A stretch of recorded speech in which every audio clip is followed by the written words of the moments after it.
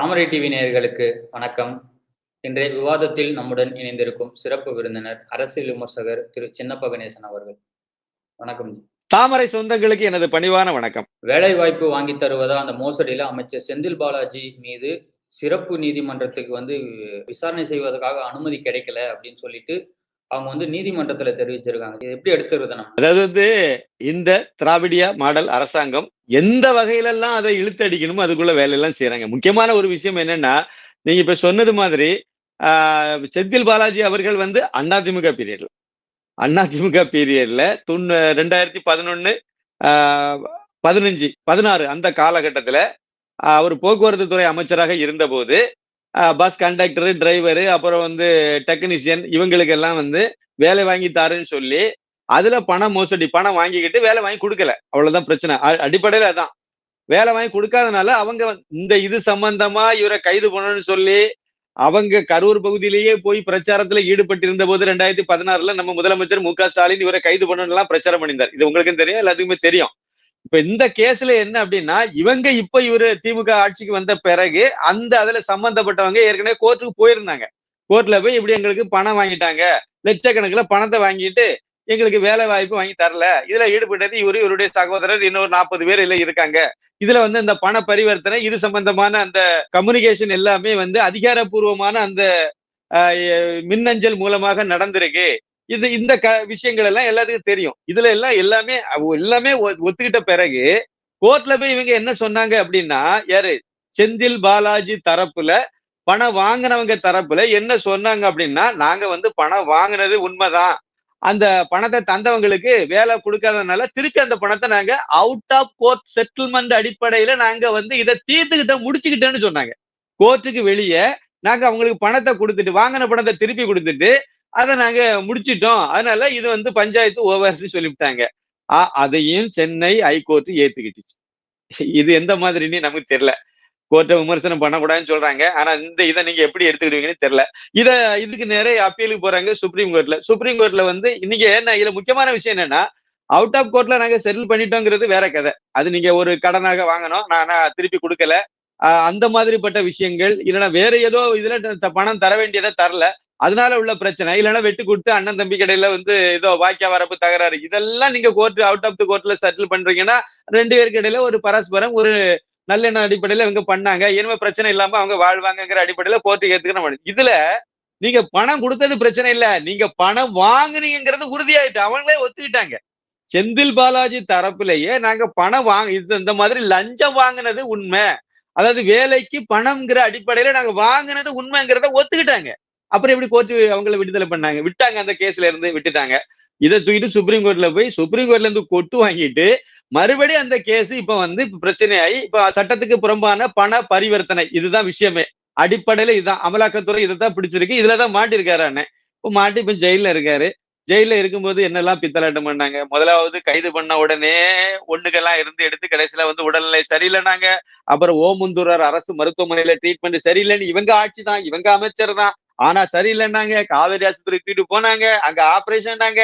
சும்மா அதான் உடல் ரீதியா எந்த விதமான கெட்ட பழக்கம் இல்லாத ஒரு ஆளு, உடற்பயிற்சி நல்லா பண்ணக்கூடிய ஆளு செந்தில் பாலாஜின்னு சொல்றாங்க. வயசு வேற 50 கீழே, ஆனா அவருக்கு உடல் ரீதியான பிரச்சனை இருக்கு, அவருக்கு அங்க அடைப்பு 3 அடைப்பு இருக்கு இதயத்துல அப்படிலாம் சொல்லி அடைப்பு எடுக்க காவேரி ஆஸ்பத்திரியை விட்டா உலகத்துல எந்த ஆஸ்பத்திரியுமே சரி கிடையாது இப்படிலாம் சொல்லி அதுவும் கோர்ட்டு ஒத்துக்கிச்சு. எல்லாம் போய் பண்ணாங்க, எல்லாம் முடிஞ்சது. அதுக்கு பிறகு திருப்பி வேற வழியே இல்லாம ஜெயில கொண்டு அடைக்க வேண்டியது ஆகி போச்சுது. இப்போ அடைச்ச பிறகாவது அவருடைய அமைச்சர் பதவிய ஒரு தார்மீக அடிப்படையில அந்த பதவியில இருந்து அவர் நீக்கணுமா வேண்டாமா? ஆனா இந்த திராவிடியா மாடல் அரசாங்கம் அதுக்கு எந்த முன்னெடுப்பும் இல்லை. இதுவரைக்கும் ஒரு அமைச்சரா வச்சுதான் பாதுகாத்துட்டு இருக்காங்க.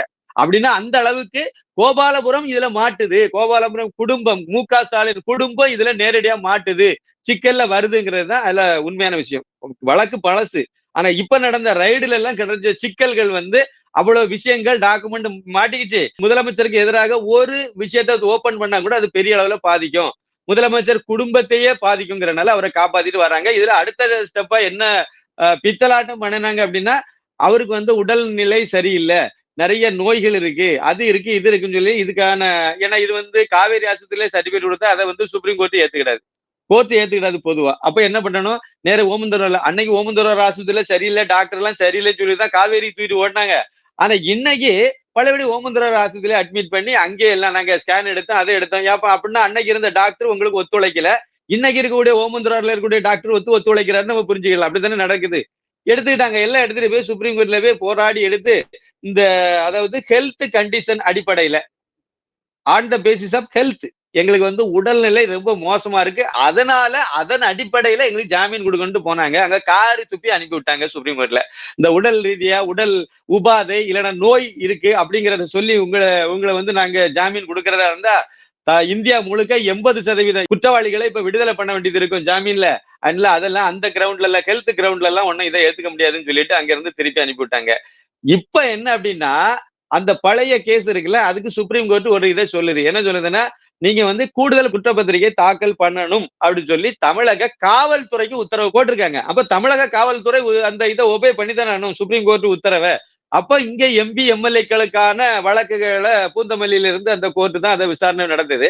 அந்த கோர்ட்ல தான் இப்ப நீங்க அந்த கோர்ட்ல தான் அதேதான் கூடுதல் குற்றப்பத்திரிகை தாக்கல், அதாவது குற்றப்பத்திரிகைன்னா திருப்பி ஒருக்க விசாரணை நடத்தி கூடுதலாக விசாரணை மேற்கொண்டு அதிகப்படியான தகவல்கள் எல்லாம் கொண்டு போய் கோர்ட்ல சப்மிட் பண்ண சொல்றாங்க.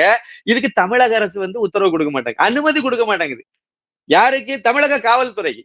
காவல்துறை தானே இந்த விசாரணை நடத்தணும். ஆனா விசாரணை நடத்துறதுக்கு அவங்க இவங்க மேல எல்லாம் நடத்தணும் அப்படின்னு சொன்னா அவங்க அனுமதி கொடுக்க மாட்டேங்கிறாங்க. கொடுக்கல. யாரு? மு.க. ஸ்டாலின் கொடுக்கல. அதனால இப்போ அது வந்து அந்த விஷயத்த கோர்ட்ல போய் காவல்துறை தரப்புல இருந்து சொல்லியிருக்காங்க. சொல்லி இப்ப வழக்க வந்து 3ஆம் தேதிக்கு ஏதோ மாத்தி வச்சிருக்காங்க. சரி, அதுக்குள்ளாவது கொடுப்பாங்களா இல்லைன்னு தெரியல. அதாவது என்ன சொல்ல வரேன்னா, எப்படியாவது ஒண்ணு அவரை காப்பாத்துறதுக்கு என்னெல்லாம் வழி உண்டோ அவ்வளவு செய்யணும். இல்லைன்னா அப்படி படிப்படியா கொஞ்சம் கொஞ்சமா இழுத்து தள்ளிக்கிட்டே போகணும். இவங்கதான் வந்து வாய்தா ராணின்னு சொல்லி ஜெயலலிதா அவர்களை வந்து அவங்க மேல இந்த மாதிரி இந்த விசாரணை எல்லாம் நீ இழுத்துக்கிட்டே போகுது, வாய்தா வாங்கிட்டு இருக்கும்போது இப்படி குற்றச்சாட்டை சொன்னதும் இவங்கதான். இப்ப இவங்க உங்களுக்கு மேலதான் தப்பு இல்லைன்னு சொல்றீங்களா? நேரடியா போய் நீங்க வந்து அப்பியர் ஆகி எவ்வளவு சீக்கிரமா முடிக்கணுமோ வழக்க முடிக்கிறதுக்குள்ள ஏற்பாடு பண்ணலாம் தானே. அதெல்லாம் செய்ய மாட்டாங்க இந்த குறுக்கட்ட அரசாங்கம், அதை செய்யாது. ஆனா எப்படி இழுத்து போடணுமோ இழுத்துட்டு போகணுமோ தள்ளி தள்ளி தள்ளி தள்ளி கொண்டுட்டு போகணுமோ அதை அவ்வளவு செய்யறாங்க, செய்துட்டு இருக்காங்க. பாப்போம் எவ்வளவு நாள் தான் தள்ளிட்டு போறாங்கன்னு பாப்போம். 5 மாசத்துக்கு மேல செந்தில் பாலாஜி அவர்கள் வந்து இப்போ இடி கஸ்டடியில் இருக்காரு. இப்ப அடுத்த கட்டமா இடி என்ன மாதிரியான நடவடிக்கைகள் எடுக்கிறதுக்கான வாய்ப்புகள் இருக்கு? இல்ல, அவரு கோர்ட் கஸ்டடியில இருக்காரு. ஈடி வந்து அதுக்கு மேற்கொண்டு, ஏன்னா இதுல முக்கியமான குற்றவாளி ஒரு முக்கியமான ஆள் வந்து அவருடைய சகோதரர் அசோக். இப்ப அசோக் என்னமோ தலைமறைவா தான் இருக்காரு. தலைமறைவான என்ன, இந்த திராவிடியா மாடல் அரசாங்கத்துக்குள்ள எங்கேயோ ஒழிச்சிட்டு இருக்காரு தமிழ்நாட்டுக்குள்ள, அவ்வளவுதான். அவரை இனிமே கொண்டு வந்தா இன்னும் நிறைய விஷயங்கள் வெளியே வந்துருங்கிறனாலதான் அவரை பாதுகாத்துட்டு இருக்காங்க. ஆனா இன்னும் ஈடிக்கு மேல இவங்க சும்மா இருந்த, ஏற்கனவே அவங்க கொஞ்சம் மிதமான ஒரு அணுகுமுறை தான் தமிழக, ஏன்னா அவ்வளவு தூரம் இவங்க கொள்ளையடிச்சு வச்சிருக்காங்க. அவ்வளவு அமைச்சர்களும் அதுக்குள்ளதான் சிக்கிட்டு இருக்காங்க. இந்த மணல் கொள்ளை மாஃபியாலாம் பெரிய லெவல். அதுல துரைமுருகன் அவர்களே வந்து இப்ப சிக்கிட்டு இருக்காரு 60,000 கோடி அளவுக்கு. திண்டுக்கல்ல மையப்படுத்தி தான் இந்த மணல் மாஃபியாவே இயங்கிட்டு இருந்தது இப்ப வெளியே தெரியுது. இப்ப அதுல வந்து இவங்க நடவடிக்கை எடுக்க கூடாதுங்கிறனாலதான் மதுரையில உள்ள அமலாக்கத்துறை அலுவலகத்துல ஏதோ ஒரு காரணத்தை சொல்லி உள்ள புகுந்து டாக்குமெண்ட் எல்லாம் எடுத்துட்டு போனதா சொல்றாங்க. ஆனாலும் அவங்க அதை விடுற மாதிரி இல்ல. அவங்க அமலாக்கத்துறை இன்னும் கொஞ்சம் சிவியரா தான் இந்த நடவடிக்கை எடுக்கும். செந்தில் பாலாஜி மட்டும் இல்ல, இது ஏவாவேலு, அப்புறம் வந்து பொன்முடி, அப்புறம் வந்து துரைமுருகன், இன்னும் மற்ற அமைச்சர்கள், அனிதா ராதாகிருஷ்ணன் எல்லாருமே இப்ப அந்த வளையத்துலதான் இருக்காங்க. இனிமே அடுத்தடுத்து அதிரடியான நடவடிக்கைகளை கண்டிப்பாக நம்ம எதிர்பார்க்கலாம். அது வந்து கோபாலபுரத்துல போய் நிக்குங்கிறது என்னுடைய கணக்கு. ஒரு பக்கம் மணல் கொள்ளை சம்பந்தமா விசாரணை போயிட்டு இருக்கு. 2 நாளைக்கு முன்னாடி தமிழக அரசு உயர் நீதிமன்றத்துல என்ன சொல்லியிருக்காங்கன்னா, இந்த 4 ஆண்டுகள்ல மட்டும் கிட்டத்தட்ட 16 லட்சம் டன் தாது மணல் வந்து கொள்ளை போயிருக்கு. இந்த தூத்துக்குடி, திருநெல்வேலி இந்த சைட்ல வந்து கொள்ளை போயிருக்கு அப்படின்னு சொல்றாங்க. திடீர்னு தமிழக அரசு நீதிமன்றத்துல இந்த மாதிரி ஒத்துக்கிறதுக்கான காரணம் என்ன வரும்? ஆமா, இவங்களும் அது வேற வழி இல்லாம ஒத்துக்கிட்டாங்க. அதாவது இதுக்கு முன்னாடி வந்து மத்தியில காங்கிரஸ் திமுக கூட்டணி அரசு, மன்மோகன் சிங் அவர்கள் வந்து பிரதமரா இருக்கும்போது இவங்க கூட்டணி அரசு தான் இருந்துச்சு. அதுல பிரதமரா அவர் இருந்தார். அந்த நேரத்துல கடைசியா நெருங்கி வரும்போது, அந்த ஆட்சி முடிவுக்கு வரும்போது, அந்த கிட்டத்தட்ட 10 ஆண்டுகளை நெருங்கி வரும்போது, 7-8 வருஷத்துக்கு தாண்டி வரும்போது 2G வழக்கு வந்து பெரிய லெவல்ல வந்துச்சு. அத வந்து இந்த இவங்க 2 பேருமே கூட்டு களவாணிகள், திமுகவும் காங்கிரஸும். அந்த கேஸ் எல்லா கேஸ்லயும் கூட்டு களவாணி தான். அதுல வந்து இவங்க வந்து அதை எப்படி முடிஞ்ச வரைக்கும் காப்பாத்தி பார்த்தாங்க. வேற வழியே இல்ல. கோர்ட் உத்தரவு, சுப்ரீம் கோர்ட் உச்சியில பிடிச்சு கொட்டிச்சு. இதுக்கு மேல இதை காப்பாற்ற முடியாதுன்னு நிர்பந்தம் வரும்போது காங்கிரஸ் திமுகவை கைவிட்டது. அதனால ராசா, அப்புறம் வந்து கனிமொழி, இவங்க எல்லாம் கழிதிக்க போக வேண்டிய நிர்பந்தம் உருவாச்சுது. காங்கிரஸ் பீரியட்ல தான், பாஜக பீரியட்ல இல்ல. காங்கிரஸ் ஆட்சியில இவங்க கூட்டணி ஆட்சியில இருந்த கூட்டணி கட்சி இப்பவும் கூட்டணியில் இருக்க காங்கிரஸ் தான் அந்த நடவடிக்கை எடுக்கிறதுக்கு வழிவகை செய்தது. வேற வழியே இல்லைன்னா நீங்க எடுத்தாங்க இல்ல, ஆட்சி வேற மாதிரி ஆயிருங்கிறதுல இப்ப தமிழக அரசுக்கு அந்த மாதிரி ஒரு நிர்பந்தம். இதுல இந்த மணல் கொள்ளையில நம்ம சபாநாயகர் அப்பாவுக்கு குடும்பமே அதுல ஈடுபட்டு இருக்கு. அவங்களும் சேர்ந்துதான் இதுல மாட்ட போறாங்க. அதனாலதான் எங்க அப்பா குதிரைக்குள்ள இல்லைங்கிற மாதிரி அப்பா அவர்களே வாண்டடா வண்டியில ஏறினார். ஒரு தகவல் சொல்லியிருப்பாரு. எனக்கே மிரட்டினாங்க, சிபிஐ மிரட்டிச்சு, எங்களை இப்படி சொல்லிச்சு அப்படி எல்லாம் ஒரு ஸ்டேட்மெண்ட் கொடுத்தாரு. அவரு யாராவது கேட்டாங்களா ஏன் அந்த மனுஷன் அதை பத்தி சொன்னாரு? அவருக்கு குடும்பம் அதுல ஈடுபட்டு இருக்கு. மணல் கொள்ளை, கனிம வள கொள்ளையில தான் அவங்க குடும்பமே ஈடுபட்டு இருக்கு ரொம்ப வருஷமாவே. திருநெல்வேலி மாவட்டங்கள்ல பெரிய லெவல்ல அவங்க கொள்ளையடிச்சிட்டு இருக்காங்க. மணல் கொள்ளை எல்லாம் பெரிய லெவல்ல போயிட்டு இருக்கு. அதனால அவங்க அவங்களும் மாட்ட போறாரு. அவங்க குடும்பமும் இருக்கு. அதனால வேற வழி இல்லாம தமிழக அரசு கோர்ட்ல போய் ஆமா 4 வருஷமா இதெல்லாம் நடந்துட்டு இருக்கு. நடந்துட்டு இருக்கிறது உண்மைதானே, மறைக்க முடியாதுல்ல. ஏன்னா இன்னொன்னு, அமலாக்கத்துறையே இந்த விஷயங்கள் எல்லாம் எடுத்துட்டாங்க. அந்த ஆதாரங்கள் எல்லாம் எடுத்துட்டாங்க. இனிமே இவங்க நாங்க பண்ணவே இல்லை அப்படின்னு சொன்னாலும் அதுல புரோஜனம் இல்லை. பண்ணலே இல்லைன்னா அவங்க இந்த இருக்கு ஆதாரம் கொடுக்க போறாங்க, அவ்வளவுதான். அதனால அதுல வேற வழி இல்லாம அவங்க ஒத்துக்கிட்டாங்கிற மாதிரி தான் எனக்கு உடைய பார்வையில படுது. அடுத்து நம்ம தமிழகத்துக்கு நிவாரணமா சொல்லிட்டு 5500 சில்லற கோடி நம்ம தமிழக முதலமைச்சர் கேட்டிருந்தாரு. இன்ன வரைக்கும் அந்த நிதி ஒதுக்கப்படல. உதயநிதி அவர்கள் என்ன கேட்கிறாருனாக்க, நாங்க என்ன உங்க அப்பா வீட்டு பணமா நாங்க கேட்கிறோம், எங்களுடைய மக்கள் வரி பணத்தை தான் நாங்க ஒதுக்கி தர சொல்லி கேட்கிறோம்ன்றத ஒரு வாதத்தை வச்சிருக்காருல்ல, சரியா எடுத்துக்கலாமா?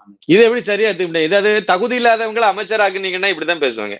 உதவாக்கரைகள் எல்லாம் கொண்டு போய் நீங்க அமைச்சராக்குனீங்கன்னா இதெல்லாம் கேவலமான ஒரு விஷயம். இந்த மாதிரி பேசக்கூடாது. அமைச்சரா இருக்கக்கூடியவங்க பேசக்கூடாது. தெருவுல போறணும் வரணும் நாங்க ஆமா, வார்த்தை தானே சொல்றோம், வார்த்தை தப்பு தானே. உங்க அப்பா வீட்டு பணத்தை கேட்கிறேன்னா திருப்பி நம்ம கேட்க மாட்டோமா? உங்க அப்பா வீட்டு கட்சியா திமுக தொண்டர்கள் கேட்க மாட்டாங்க, கேட்பாங்க. ஆமா அதானே. நீங்க அதாவது கலைஞர் மகளிர் உரிமை தொகைன்னு கொடுக்குறீங்க. கலைஞருக்கு அங்க என்ன வேலை? கருணாநிதி குடும்ப பைசாவை கொடுக்குறீங்க நீங்க. கேட்பாங்கல்ல, கலைஞர் உரிமை தொகைன்னா கருணாநிதி குடும்பம் உங்க தாத்தா வீட்டு பணத்தையா நீ கொடுக்குறீங்க, எதுக்கு நீங்க அந்த இதை வச்சிருக்கீங்கன்னு கேட்க மாட்டாங்களா? ரேஷன் கடையில கொண்டு உங்க தாத்தா போட்டோ எதுக்கு தொங்க விட்டுருக்கீங்க? முன்னாள் முதலமைச்சர்னு சொல்லுவீங்க, அப்படித்தானே? கருணாநிதி போட்டோ, இப்போ ஸ்டாலின் முதலமைச்சர், ஓகே ஒத்துக்கிடுங்க. எல்லா இடமும் ரேஷன் அரிசி கொடுக்க ரேஷன் கடையில நீங்க அவரை தொங்க விட்டுருக்கீங்க, ரைட்டு. அந்த இடத்துல இன்னொரு போட்டோ வைக்க வேண்டிய இடம் பிரதமருடைய போட்டோ வைக்கணும். முதலமைச்சர் பிரதமர் கரெக்டா இருக்கணும். 2 மத்திய அரசு மாநில அரசு நிதியில தான் அந்த அரிசி எல்லாம் நீங்க கொடுக்குறீங்க. மானியத்துல மத்திய அரசு கொடுக்கறது, நீங்க எல்லாம் ஸ்டிக்கர் ஒட்டுறீங்க, ரைட்டு. இருந்தா கூட நீங்க மத்திய அரசினுடைய வைக்கணும், வைக்கல அப்பவும் கூட பரவாயில்லன்னு விட்டுறலாம். ஆனா அதுல உங்க அப்பாவுக்கு போட்டோக்கு அங்க என்ன வேலை? கருணாநிதியுடைய படத்துக்கு என்ன சார் வேலை? ரேஷன் கடையில அவருக்கு என்ன வேலை, என்ன அலுவல்? நீங்க முன்னாள் முதலமைச்சர்னு சொல்றதா இருந்தா, மு.க. ஸ்டாலின் அவர்களுக்கு முன்னாடி முதலமைச்சரா இருந்தது எடப்பாடி பழனிசாமி. அவருக்கு முன்னாடி முதலமைச்சரா இருந்தது ஓ பன்னீர்செல்வம் அவர்கள். அதுக்கு முன்னாடி முதலமைச்சரா இருந்தது செல்வி ஜெயலலிதா அவர்கள். அதுக்கு முன்னாடிதான் கருணாநிதி முதலமைச்சரா இருந்திருக்காரு. அப்படித்தானே நம்ம ஆர்டர் எடுத்துக்க முடியும். அப்ப அந்த அடிப்படையில பார்க்கும்போது கருணாநிதிக்கு அங்க எப்படி என்ன வேலை? எப்படி நீங்க அந்த போட்டோ கொண்டு தொங்க விட்டீங்க? இது ரேஷன் அரிசி எல்லாம் உங்க அப்பா வீட்டு பணத்திலே கொடுக்குறீங்க, இல்ல உங்க அப்பா வீட்டு அரிசியான்னு கேட்கலாமே. ஏன்னா மோடி கொடுக்குறாரு. இன்னும் சொல்லுவோம், அந்த அரிசி மானியமா கொடுக்கறது மோடி, பிரதமர் கொடுக்குறாரு. அதை எப்படி நீங்க ஸ்டிக்கர் ஒட்டுறீங்க? எப்படி இப்போ அதே நீங்க உதயநிதியை வச்சே கேளுங்களேன். உதயநிதி என்ன சொல்றாரு? நாங்க மக்கள் வரி பணத்தை தான் கேட்கிறோம், அதை நீங்க உங்க அப்பா வீட்டு பணமான்னு கேட்கிறாரு. நான் என்ன கேட்கிறேன்னா, உதயநிதிக்கு அப்பா வீட்டு பணமா, அதாவது உதயநிதிக்கு அப்ப மு.க. ஸ்டாலின் வீட்டு பணமா ரேஷன் அரிசியில கொடுக்குறீங்க, அந்த பணத்திலே அரிசி கொடுக்குறீங்க, எதுக்கு நீங்க உதயநிதி மு.க. ஸ்டாலின் போட்டோவை தொங்க விட்டுருக்கீங்கன்னு கேட்கலாம்ல. இதுமே ஒவ்வொரு திட்டத்துக்கும் கேட்கலாம். இன்னும் சொல்ல போனா ரேஷன் அரிசி முழுக்க மானியத்துல வந்துட்டு இருக்கு. அந்த மானியத்துல கொடுக்கறது பிரதமர். இதுக்கு முன்னாடி கொடுத்தாங்கனால ஒரு அளவுக்கு தான். இப்ப அப்படி இல்ல, கிட்டத்தட்ட என்ன 5 வருஷத்துக்கு இழுத்து விட்டுருக்காங்க. அந்த இதெல்லாம் முழுக்க மானியத்துல வரக்கூடிய அரிசிகள். அப்ப அதுல முழுக்க நீங்க மோடி கொடுப்பாராமா, இவங்க மு.க. ஸ்டாலின் போட்டோவையும் கருணாநிதி போட்டோவையும் ஸ்டிக்கர் ஒட்டுவாங்களாம். இப்படிதான் நீங்க பண்ணிட்டு இருக்கீங்க. அதை விட இன்னொரு முக்கியமான விஷயம் இருக்கு. இந்த வார்த்தை அவர் எதுக்கு சொன்னார் அப்படின்னா, மத்திய அமைச்சர்கிட்ட கேள்வி கேட்கிறாங்க நிருபர்கள்.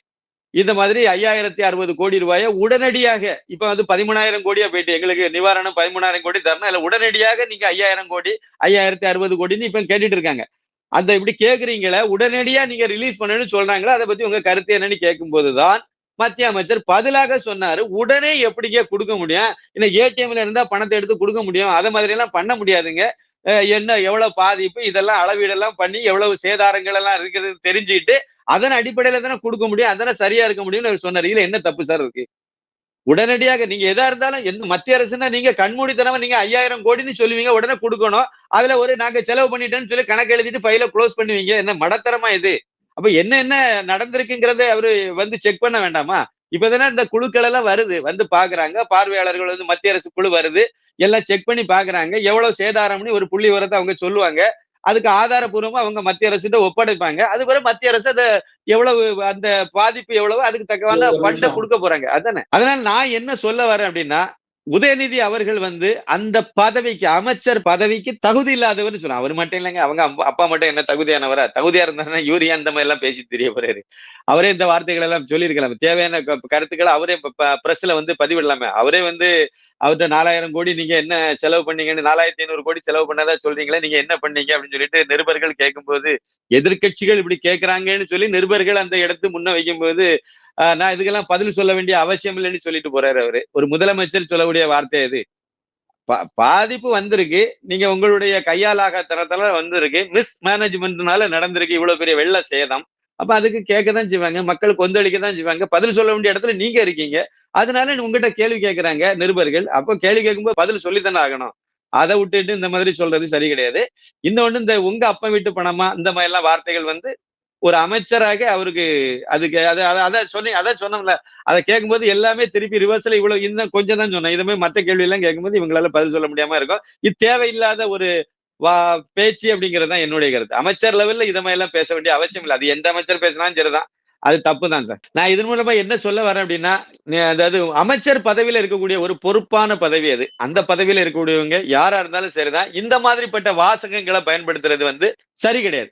அத கண்டிப்பாக அவங்க தவிர்க்கணும். அவரு மட்டும் இல்ல. எந்த அமைச்சர் பேசினாலும் சரி. திமுகவுக்கு அவங்ககிட்ட உள்ள குறைபாடே அதுதான். அவங்க யாருக்கும் மரியாதையும் குடுக்க மாட்டாங்க. இழிவுபடுத்தி பேசுறது ரத்தத்துல ஊறுனது. அதனால பேசுறாங்க. திருத்திக்கிட்டா நல்லது. ஆனா திருத்துவாங்களா என்னன்னு பாப்போம். திருத்த மாட்டாங்க. இதே மாரி தான் பேசுவாங்க. இன்னும் வாங்கி கட்டுவாங்க அவ்வளவுதான். இந்த பிரச்சனை எல்லாம் ஒரு பக்கம் இருப்ப, இப்போ சேலம் மாவட்டத்துல மாடர்ன் தியேட்டர்ஸ் அப்படின்னு சொல்லிட்டு அந்த நிறுவனத்துக்குள்ள கலைஞர் அவர்களுடைய சிலையை வைக்கணும் அப்படின்னு சொல்லிட்டு திமுக தரப்புல மிரட்டப்படுறதா சொல்லிட்டு உயர்நீதிமன்றத்துல சொல்லியிருக்காங்க. அதாவது இவங்க இவனுடைய ஆட்சி இப்படிதான் திமுக ஆட்சி வந்துச்சுனாலே அது இப்படிதான் இருக்கும். அப்படிங்கிறதுக்கு மிகச்சிறந்த உதாரணம் இதுக்கு முன்னாடி 5 வருஷம் இருந்தாங்க பாத்தீங்களா? அந்த சமயத்துல நில அபகரிப்பு கொடிகட்டு பறந்துச்சு. எந்த இடத்துலயுமே யாராவது ஒருத்தன் ஒரு சென்னையில ஒரு இடம் காலி மனைய வச்சுட்டு இங்க இருந்து அமெரிக்காவுக்கு போயிட்டு ஒரு 2 வருஷம் கழிச்சு இங்க அந்த இடத்துல பில்டிங் எழுதிட்டு போயிருக்கும். அதுக்கு யாரோ ஒருத்தங்க ஓனரா இருப்பாங்க. அந்த அளவுக்கு எல்லாம் மிகப்பெரிய 420 வேலைன்னு நல்லா பார்த்தாங்க. அப்படி அத குறிப்பா திமுக காரங்க செய்தாங்க. இந்த மாதிரி செய்தனாலதான் ஜெயலலிதா அவர்கள் முதலமைச்சராக மறுபடி வந்த பிறகு முதல் செய்த வேலை நில அபகரிப்பு தடுப்பு சட்டம்ங்கிறத ஒண்ணு புதுசா ஒரு சட்டம் கொண்டு யாரெல்லாம் பாதிக்கப்பட்டாங்களோ அவங்களுக்கெல்லாம் அந்த நிலத்தை மீட்டு கொடுத்தாங்க. இது ஒரு பெரிய விஷயம் நடந்துச்சு. இப்ப அதே மாதிரியான ஒரு இதைத்தான் நாம இந்த மாடர்ன் தியேட்டர் விவகாரத்தை நம்ம பாக்குறோம். சேலம் மாடர்ன் தியேட்டரை பத்தி ஒரு சில தகவல்களை நம்ம சொல்லணும். என்ன அப்படின்னாக்கி அந்த modern theatre owner TR. Sundaram. இதுதான் அவருடைய பேர். மாடர்ன் தியேட்டருடைய முதலாளி ஓனர். அதாவது திருச்செங்கோடு ராமலிங்கம் சுந்தரம். இதுதான் அவங்களுடைய ஒரிஜினல். அந்த டி.ஆர். சுந்தரம் அப்படின்னா அது திருச்செங்கோடு ராமலிங்கம் சுந்தரம். இவர் 1900 வெளிநாட்டுல எல்லாம் போய் படிச்சுட்டு வந்தவங்க. 1933, 34 இந்த காலகட்டத்துல மறுபடியும் இங்க ஊருக்கே திரைப்படத்துறையில சில விஷயங்களை பண்ணணும்னு நினைச்சு இன்னொருத்தங்க பண்ண அந்த இது கூட சேர்ந்து இவர் சில படங்கள் எல்லாம் எடுக்கிறார். தயாரிப்பு பணியில ஈடுபடுறார். அப்ப அன்னைக்கு இருந்த 1933, 34 காலகட்டம் எப்படி இருந்ததுன்னா, ஒரு படத்தை நீங்க தயாரிக்கணும்னா பாம்பேக்கு போகணும், இல்லைன்னா கொல்கத்தாவுக்கு போகணும். அன்றைய கல்கத்தா, இன்றைய கொல்கத்தா. அங்கதான் போய் நீங்க ஸ்டுடியோ அங்கதான் இருந்துச்சு. அங்க போய் படப்பிடிப்பெல்லாம் நடத்தி எல்லாம் முடிச்சு கொண்டு இங்க தியேட்டர்ல ரிலீஸ் பண்ணலாம். இதுதான் அன்னைக்குள்ள சூழ்நிலை. அப்ப அதனால இவரு என்ன பண்ணாரு அப்படின்னா, டி.ஆர். சுந்தரம் என்ன பண்ணாருன்னா, நம்ம சேலத்திலேயே ஏன் ஒரு ஸ்டுடியோவை உருவாக்க கூடாது அப்படின்னு சொல்லி யோசித்து அதனுடைய விளைவாக சேலத்துல இருந்து ஏற்காடு போகக்கூடிய வழியில அந்த ஏற்காடு மலையில ஏறுறதுக்கு கொஞ்சம் முன்னாடி வலது பக்கத்துல அந்த ரோட்ல ரைட் சைடு தான் 10 ஏக்கர் இடத்தை வாங்கி அதுல மாடர்ன் தியேட்டர்ஸ் அப்படின்னு சொல்லிட்டு அவர் ஆரம்பிச்சு அதுல ஒரு 128 படத்துக்கு மேல அவர் தயாரிச்சிருக்கார். இதுல எல்லிஸ்.ஆர். டங்கன் அப்படிங்கிற அமெரிக்காவை சேர்ந்த வெள்ளைக்கார டைரக்டர் எல்லாம் கொண்டு இவருக்கு நிறைய தயாரிச்ச படங்களுக்கு டைரக்டரே அவர் தான். ஒரு வெள்ளைக்காரன் தமிழ் படத்தை டைரக்ட் பண்ணார். இதெல்லாம் அவங்க பண்ணது. அந்த நிறுவனத்துல மாச சம்பளத்துக்கு பலர் வேலை பார்த்திருக்காங்க. அதுல கவிஞர் கண்ணதாசன், கருணாநிதி, அப்புறம் எம்ஜிஆர் எல்லாம் நடிச்சாங்க. இவங்க கதை இலாகாவுல வேலை பார்த்தவங்க. கண்ணதாசன் பாட்டு எழுதினாரு, அதே மாதிரி கதையிலாகவும் வேலை பார்த்தாரு. அவங்க ஒரு பத்திரிகை நடத்துனாங்க, அதுலயும் வேலை பார்த்தாரு. இப்படி கருணாநிதி வந்து மாச சம்பளத்துக்கு வேலை பார்த்தவரு. அந்த நிறுவனம், அந்த 10 ஏக்கர் அந்த மாடர்ன் தியேட்டர்ஸுக்கு உள்ளால கட்டுப்பாடுகள் ரொம்ப அதிகமா வச்சிருக்காரு. ரொம்ப ரொம்ப ரொம்ப அதான் சினிமாவுக்கு உள்ளால ரொம்ப ஒழுக்கத்தோட, ரொம்ப நேர்மையோட தொழில் பண்ணுன ஒரு நிறுவனம் அந்த மாடர்ன் தியேட்டர்ஸ். அது குறிப்பா டி.ஆர். சுந்தரம் அவர்கள் வந்து ரொம்ப ஸ்ட்ரிக்ட்டா இருந்திருக்காரு. ரொம்ப தெளிவா சொல்றதா இருந்தா, அந்த நடிகைகள் இருக்கக்கூடிய பகுதிக்கு வந்து நடிகர்களே வரக்கூடாது, போகக்கூடாது, பேசக்கூடாது. ஆக வந்து அவங்களுக்கு என்ன வேலையோ அதை மட்டும் தான் செய்யணும். இந்த வளவள கொல கொல கதை பேசுறது, இந்த வெட்டி கதை பேசுறது இதெல்லாம் பண்ண அந்த அளவுக்கு ஸ்ட்ரிக்ட்டா வச்சிருக்காங்க. அதே சமயத்துல கரெக்ட்டா சம்பளம், அது மாதிரி அதிகமான செலவு பண்ணி படங்கள்லாம் எடுத்திருக்காரு. அவர் எடுத்த படங்கள் எல்லாமே மற்றவங்கள்ல இருந்து வித்தியாசமா இருக்கும்னு நினைச்சு பண்ணியிருக்காரு. புதுமையை நிறைய புகுத்தியிருக்காரு. ஒவ்வொரு படத்தினுடைய டைட்டில் கார்டு வரும்போதும் ஒரு புதுசான ஒரு விஷயம் இருக்கணும்னு நினைச்சிருக்காரு. முதல் இந்தியாவிலேயே வந்து ஒரு பெரிய ஸ்டுடியோ, பெரிய லெவல்ல உள்ள ஒரு ஸ்டுடியோவே இதுதான். இந்திய அளவுல உள்ள மிகப்பெரிய ஸ்டுடியோன்னா இதுதான். பெரிய அன்னைக்கு உள்ள 1935 இது உருவாக்கப்பட்ட போது இதுதான் பெரிய ஸ்டுடியோவா இருந்திருக்கு. அதே மாதிரி இதுக்கு உள்ளால எல்லாமே ஷூட்டிங்ல இருந்து ஆரம்பிச்சு டப்பிங், இசை, அது இது லொட்டு லொட்டு எல்லா வேலையும் முடிச்சிட்டு நீங்க படமா வெளியே எடுத்துட்டு வந்துடலாம். அதுல முக்கியமா வந்து அவர் அங்க அங்க வந்து என்னெல்லாம் பண்ணிருக்காங்கன்னா, தமிழ் படம், தெலுங்கு படம், மலையாள படம், இந்தி படம், இங்கிலீஷ் படம், அதே மாதிரி சிங்கள படம் கூட அங்க படம் தயாரிச்சிருக்காங்க. இதுல அதே மாதிரி இன்னொரு விஷயம் என்னன்னா, அதாவது கருணாநிதி, எம்ஜிஆர், ஜெயலலிதா, அப்புறம் வந்து டி.ஆர். மகாலிங்கம், அப்புறம் வந்து எஸ்.வி. ரங்கராவ், எம்.ஆர். ராதா, அஞ்சலி தேவி, சிவாஜி கணேசன், ஜெயசங்கர், இதுக்கு அடுத்து வந்து நம்ம கருணாநிதியுடைய மருமகன் முரசொலி மாறன், இவ்வளவு பேர் அங்க நான் இப்ப சொன்னதுல அவரும் ஒரு ஆளு. இந்த மாதிரி இன்னும் நிறைய பேர் வந்து மாடர்ன் தியேட்டர்ஸ்னால பெரிய ஆளா இருக்காங்க. அதுல கருணாநிதியுடைய கதை வசனத்துல பல படங்கள் அங்க வந்தனாலதான் கருணாநிதியாலே ஒரு பெரிய அளவுக்கு திரை உலகத்துல கதை வசன கர்த்தா அப்படிங்கிற மாதிரி எல்லாம் வர்றதுக்கு மாடர்ன் தியேட்டர்ஸ் ஒரு முக்கிய பங்களிப்பு அதுல பண்ணிருக்காங்க. இப்போ எம்ஜிஆர் நடிச்ச அந்த மந்திரி குமாரிங்கிற படத்துக்கு வந்து கருணாநிதியுடைய கதை வசனம். அது அவருக்கு பெரிய அளவுல பேரை ஈட்டி தந்த படம். அதே மாதிரி அலிபாபாவும் 40 திருடர்களும் அப்படிங்கிற படம் தான் வந்து மாடர்ன் தியேட்டர்ஸ்ல வந்த முதல் கலர் திரைப்படம். இதெல்லாம் அதனுடைய வரலாறு. இப்ப விஷயம் நீங்க கேட்ட கேள்வி என்ன அப்படின்னா, இதெல்லாம் பண்ணுன அந்த மாடர்ன் தியேட்டர்ஸ் அதிபருக்கு வந்து ஒரு சிலை வைக்கணும்னு ஒரு முடிவு பண்றாங்க. யார் முடிவு பண்றாங்கன்னா, ஒரு 2 ஆண்டுகளுக்கு முன்னதாக திரைப்பட தயாரிப்பாளர் சங்கம் வந்து முடிவெடுத்து அவருக்கு வந்து 2 சிலை செய்யறாங்க. செய்து கொண்டு போனாங்க. கொண்டு போய் ஒண்ண வந்து சேலத்துல உள்ள மாடர்ன் தியேட்டர்ஸ் அதிபர் அந்த டி.ஆர். சுந்தரம் இருக்கார்ல, டி.ஆர். சுந்தரம் அவர்கள் அலுவலகமாக சேலத்துல பயன்படுத்தின அந்த இப்ப இருக்கக்கூடிய அந்த பில்டிங் வளாகத்துக்குள்ள ஒரு சிலை வச்சுட்டாங்க. 2வது ஒரு சிலைய வந்து மாடர்ன் தியேட்டர்ஸ்னு அன்னைக்கு இருந்துச்சுல, அது இப்ப அந்த நிலம் வந்து அந்த குடும்பத்து கையில இல்ல. அந்த குடும்பம் வந்து அத ஒரு அனாதை இல்லத்துக்குன்னு ஏதோ கேட்டதா கொடுத்திருக்காங்க குறைந்த விலையில. அவங்க வாங்கி அதுக்கு பிறகு அதை வேற ஆளு கை மாறி போய் அப்படி ஒரு 3, 4 பேருக்கு கை மாறி போயிட்டு அந்த இடம். ஆனா அதுக்கு நுழைவாயில் இருக்குல்ல, அந்த ஆர்ச் மட்டும் அந்த மாடர்ன் தியேட்டர்ஸ்னு அதனை நினைவுபடுத்துற வகையில அந்த ஆர்ச் மட்டும் முதலாவது வாங்கின அந்த நபரே வந்து இந்த இடத்தை நாங்க டிஸ்டர்ப் பண்ண மாட்டோம், அந்த ஆர்ச்சை நாங்க அப்படியே வச்சிருவோம், அது உங்க அவருடைய டி.ஆர். சுந்தரம் அவர்களுடைய பேரை தாங்கி நிக்கிறனால அது ஒரு அடையாளமா அது இருக்கட்டும் சொல்லி வச்சுட்டாங்க. பின்னாடி உள்ள இடம் வந்து மாறி போச்சு. அதுல இப்ப வேற வேற பில்டிங் எல்லாம் கட்டுமான பணி எல்லாம் ஆரம்பிச்சு போயிட்டு இருக்கு. இப்ப என்ன விஷயம்னா, அந்த ஆர்ச்சுக்கு முன்னாடி அந்த 2வது உள்ள சிலைய 2 சிலையில ஒரு சிலை சேலத்துல வச்சுட்டாங்க. 2வது சிலைய டி.ஆர். சுந்தரம் அவர்களுடைய சிலைய அதுல வைக்கணும்னு சொல்லி முயற்சி பண்ணும்போது அதுல சிலர் வந்து இடையூறு பண்ணனால அந்த சிலையை வைக்க முடியல. அந்த சிலையை என்ன பண்ணிட்டாங்கன்னா, நேரே வந்து கருணாநிதியுடைய நண்பர் சேலத்துல ஒருத்தர் இருக்காரா, அந்த நண்பருடைய வீட்டுல கொண்டு போய் வச்சிருக்காங்க. அவரு வந்து அவருடைய கார் செட்ல அந்த சிலையை வச்சு பாதுகாத்துட்டு இருக்காரு. இது ஒரு விஷயம். இந்த சிலைய வந்து மறுபடியும் அதுல வைக்கணுங்கிற முயற்சிய இப்போ திமுக ஆட்சி மறுபடியும் வந்த உடனே அந்த டி.ஆர். சுந்தரம் அவர்களுடைய கொள்ளு பேரன் கார்த்திகேயன்கிறவர் வந்து அந்த முயற்சியை மேற்கொள்றாரு. மேற்கொண்டு இப்பவும் முயற்சி பண்ணிட்டு இருக்காரு. அவர் வந்து நேர சென்னைக்கு வந்து அறிவாலயத்துக்கு போய் அங்க வந்து முதலமைச்சரை பார்க்க முயற்சி பண்ணிருக்காரு. அவரை பார்க்க முடியல மு.க. ஸ்டாலினை. அதனால அங்க பூச்சி முருகனை பார்த்திருக்காரு. பூச்சி முருகனுடைய தந்தையார் ஏற்கனவே மாடர்ன் தியேட்டர்ஸ்ல முன்னாடி வேலை பார்த்திருக்காரு. அதனால அதுல ஒரு பாசம் அவருக்கு மேல நம்பிக்கை, பூச்சி முருகன் கண்டிப்பா இதுல நல்லா உதவுவாருன்னு சொல்லிட்டு அங்க போய் சொன்ன உடனே அவரு இது வந்து போன வருஷம் நடந்த விஷயம். போன வருஷம் ஆகஸ்ட் மாசத்துக்கு முன்னாடி நடந்த விஷயம் இது. இந்த வருஷம் 2023 பிப்ரவரி மாசத்துல சேலத்துக்கு போயிருக்காரு நம்ம முதலமைச்சர். அங்க போன இடத்துல இவர் வந்து அதே ஆர்ச்சிக்கு முன்னாடி போய் நின்று செல்ஃபி எல்லாம் எடுத்துட்டு வந்தார். இது எல்லாத்தையும் தெரிஞ்ச தகவல். இவருக்கு என்னன்னா, முதலமைச்சருக்கு என்னன்னா, அந்த இடத்துல டி.ஆர். சுந்தரத்தினுடைய சிலையை வைக்கிறதுக்கு பதிலா கருணாநிதியுடைய சிலையை வைக்கணும்னு இவர் விருப்பப்படுறார். யாரு பூச்சி முருகன் இவர்கிட்ட கொண்டு போய் இந்த தகவலை சொன்ன பிறகு அவருக்கே ஓஹோ அப்ப அந்த இடத்துல வந்து நம்ம வச்சா என்னங்கிற மாதிரி இவருக்கு ஒரு ஆசை வந்துட்டு. இது எந்த வகையில நியாயம்? இதுதான் பிரச்சனை. அவங்களுக்கு அதாவது மாடர்ன் தியேட்டர்ஸ் அப்படிங்கிறதுக்கு ஒரு அடையாளம் இன்னைக்கு இருக்குது அப்படின்னாலே அந்த ஒரு ஆர்ச் மட்டும்தான்.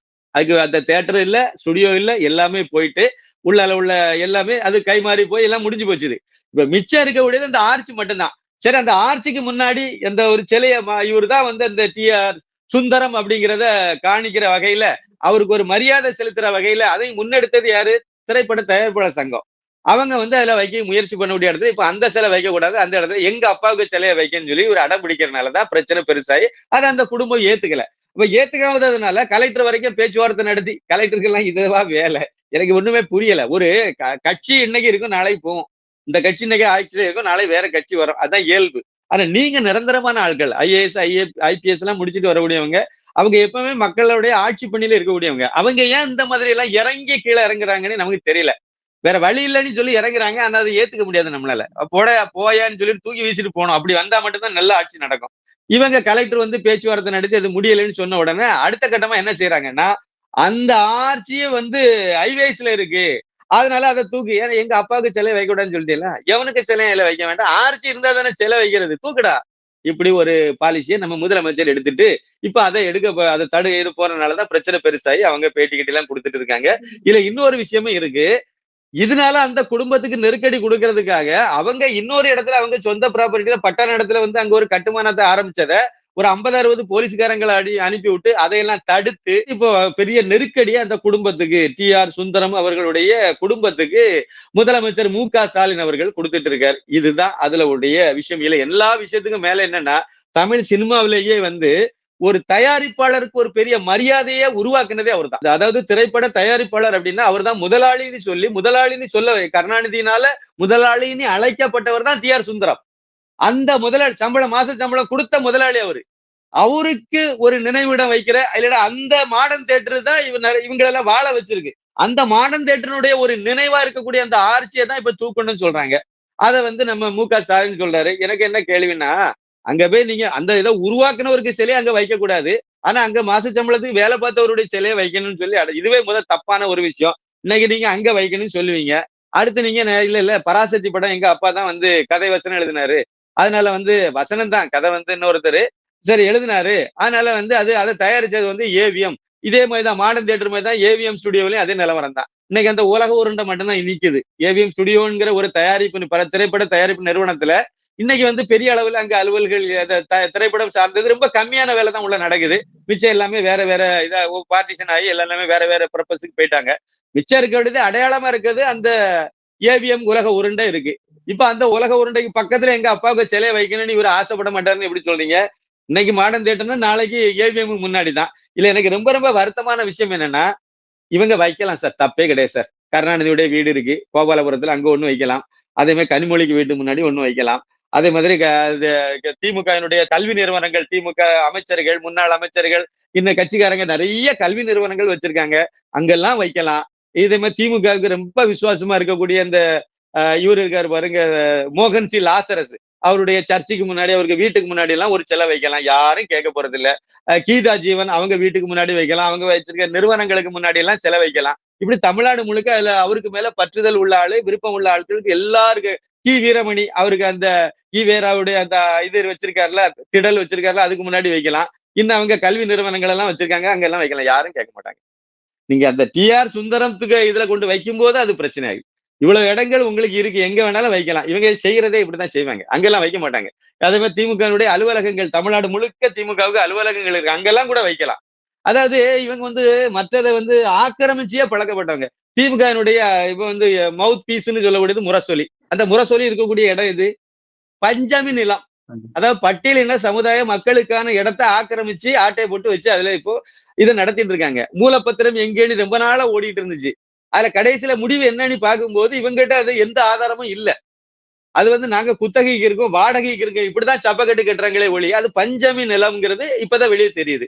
அதே மாதிரி திமுகவினுடைய சென்னையில இருக்கக்கூடிய மாநில தலைமை அலுவலகம் இருக்கு, அந்த தலைமை அலுவலகம் வந்து அண்ணா அறிவாலயம்னு வச்சிருக்காங்களே, அதுவே பஞ்சமி நிலம் அப்படிங்கிறாரு திருமாவளவன் சொல்றாரு. அந்த அந்த குற்றச்சாட்டை அவரு எடுத்து முன்வைக்கிறார். இத மாதிரி இவங்க வந்து ஆக்கிரமிக்கிறதுலயே தான் இருப்பாங்களே ஒழிய மற்றபடி மற்றவங்களுக்கு எதாவது செய்யணும், நல்லது செய்யணும்னு நினைக்க மாட்டாங்க. பாருங்க, கடல்ல கொண்டு போய் பேனை வைக்கணும்னு சொன்னாங்க, இப்பவும் அந்த முயற்சியில தான் இருக்காங்க. ஏன் எங்க அப்பா வந்து பெரிய எழுத்தாளர், ஏன் வள்ளுவனை விட, கம்பனை விட, இளங்கோடிகளை விட பெரிய, இல்ல பாரதியாரை விட பெரிய எழுத்தாளர் அவரு. அதெல்லாம் ஒரு லாஜிக் இருக்கணும் எதுனாலும் சரி. ஆனா இதெல்லாம் ரொம்ப ரொம்ப ஓவர் சார். ரொம்ப அநியாயம். இது வந்து ஏற்றுக்கொள்ள முடியாது. இப்படியெல்லாம் ஆட்டம் போட்ட ஆளுதான் நம்ம சந்திரசேகர் ராவ். அவருக்கு வந்து தெலுங்கானா மக்கள் என்ன பாடத்தை கற்பிச்சிருக்காங்கிறத கொஞ்சம் யோசிக்கணும். இதே மாதிரி தான் ராஜபக்சே. ஒவ்வொரு அந்த குடும்பமே கிடந்து ஆட்டம் போட்டுச்சு. இன்னைக்கு அந்த குடும்பத்தினுடைய நிலவரம் என்னங்கிறதையும் நம்ம மு.க. ஸ்டாலின் குடும்பமும் கொஞ்சம் யோசித்தா இதுல வந்து அவங்களுக்கு ஒரு நல்லதா இருக்கும்னு நான் நினைக்கிறேன். இதெல்லாம் ரொம்ப இது. இதுல இன்னொரு முக்கியமான விஷயம் என்னன்னா, இந்த விஷயத்த கூட திரு அண்ணாமலை ஐபிஎஸ் அவர்கள் வெளியே எடுத்துட்டு வந்த பிறகுதான் அது பிரச்சனையா வெளியே வருது. அது வரைக்கும் அது பிரச்சனையாவே தெரியல. வெளியே வரவே இல்ல. அப்படியே பூசி மொழிகே தான் வச்சிருந்தோம். எந்த கட்சிக்காரரும் கேட்கவே இல்லையே. சார் கட்சிக்காரனை தான் விடுங்க சார். சினிமா உலகத்துல உள்ளவங்க, திரைத்துறையை சார்ந்தவங்க, ஒரு நடிகர் சங்கம் இருக்கு, ஒரு 24 அமைப்புகள் இருக்கு, சங்கங்கள் இருக்கு, அமைப்புகள். அதான் ஒவ்வொரு சங்கங்களா இருக்கு. அதுக்கெல்லாம் சேர்ந்து ஒரு சுப்ரீம் கோர்ட் மாதிரி பெப்சின்னு ஒண்ணு இருக்கு. இவங்க என்ன செய்துட்டு இருக்காங்க? மூத்த அமைச்சர்கள் எல்லாம், மூத்த நடிகர்கள் எல்லாம் இருக்காங்க. பெரிய பெரிய டைரக்டர் பாரதி ராஜாவில இருந்து பெரிய பழம்பெரும் இயக்குனர்கள் எல்லாம் இருக்காங்க. தயாரிப்பாளர்கள் இருக்காங்க. இவங்க எல்லாம் வந்து இவங்க எல்லாருமே அவரு டி.ஆர். சுந்தரம் இல்லைன்னா இவங்க எல்லாம் இல்ல. அந்த அளவுக்கு சினிமா உலகத்துக்கு அவரு ரொம்ப ரொம்ப ஒரு அடையாளமே அவர்தான். அவரும் ஒரு அடையாளம். ஏவிஎம் இருக்கு அடையாளம். அதே மாதிரி அவரும் ஒரு அடையாளம். மெய்யப்ப செட்டியார் எப்படி அடையாளமோ அதே மாதிரி அவரும் ஒரு அடையாளம் தான். இன்னும் சொல்ல போனா இவருக்கெல்லாம் முன்னோடி அவர்தான். இப்படிப்பட்ட ஒரு சூழ்நிலையில ஒருத்தங்க கூட வாயே திறக்கல அப்படிங்கிறது ஒரு வேதனையான விஷயம். அந்த நேரத்துல திரு அண்ணாமலை ஐபிஎஸ் அவர்கள் வந்து இதை எடுத்து முன்னெடுத்தனால இந்த பிரச்சனை வந்து வெளி உலகத்துக்கு தெரிய ஆரம்பிச்சிருக்கு. நிச்சயமாக ஒரு நல்ல தீர்வு இதுல கிடைக்கும்னு நான் நம்புறேன்.